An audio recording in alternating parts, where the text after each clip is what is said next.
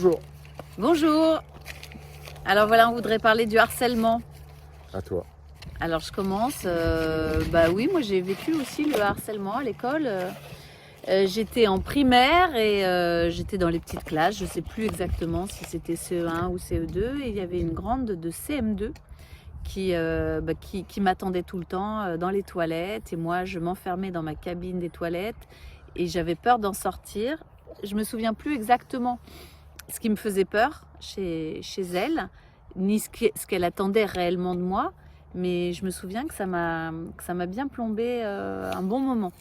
Et évidemment, je n'osais pas le dire aux adultes parce que j'avais l'impression que si j'en parlais, j'allais être la rapporteuse et, que j'allais pas être bien, quoi, que c'était pas bien d'être rapporteur.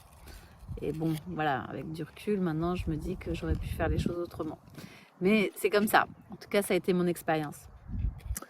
Et moi, j'étais en sixième, j'étais en cours depuis très peu de temps. C'était le début de la sixième et une fille a décrété dans la classe que je l'avais draguée. Pourquoi, j'en sais rien, je l'avais même pas vue. Et elle sortait avec un gars qui était bien plus vieux que nous et qui n'était pas dans le collège. C'était un gars qui devait avoir 18 ans déjà.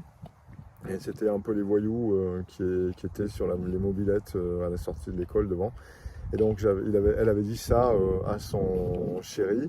Et lui, il voulait me casser la figure. Et donc il m'a menacé. Et une fois ou deux, je suis sorti en risquant ma vie, en escaladant un mur pour fuir de l'autre côté, pour essayer de retrouver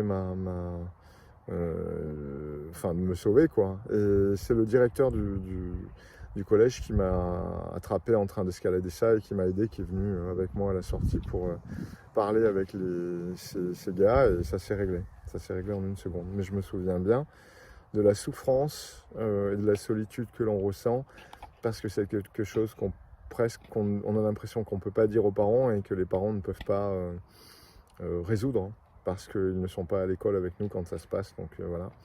Donc c'est bien une souffrance solitaire et très très très difficile. Pourtant ça n'a pas duré longtemps, hein. Ça a dû durer une semaine cette histoire, mais je m'en souviens bien.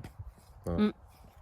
Ah oui, et moi ça me fait penser que il m'arrivait aussi autre chose quand j'étais en école primaire. C'est quelque chose que je peux pas maintenant, même avec du recul, expliquer. Il y a eu un phénomène qui s'est passé, phénomène de groupe.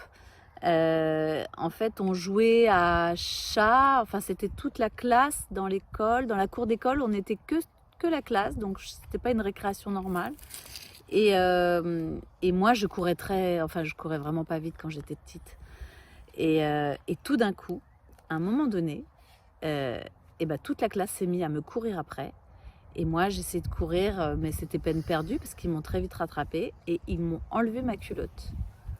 Et ce qui était étonnant, c'est que personne n'est intervenu, aucun adulte, pas de surveillant, pas de maîtresse, pas de maître, pas de directeur d'école.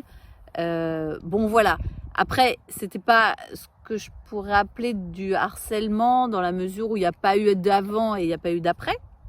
Mais il y a eu un phénomène comme ça où tout d'un coup, un effet grégaire qui a poussé le groupe à aller embêter un peu la plus faible. Et là, en l'occurrence, c'était moi parce que je courais pas assez vite. Voilà.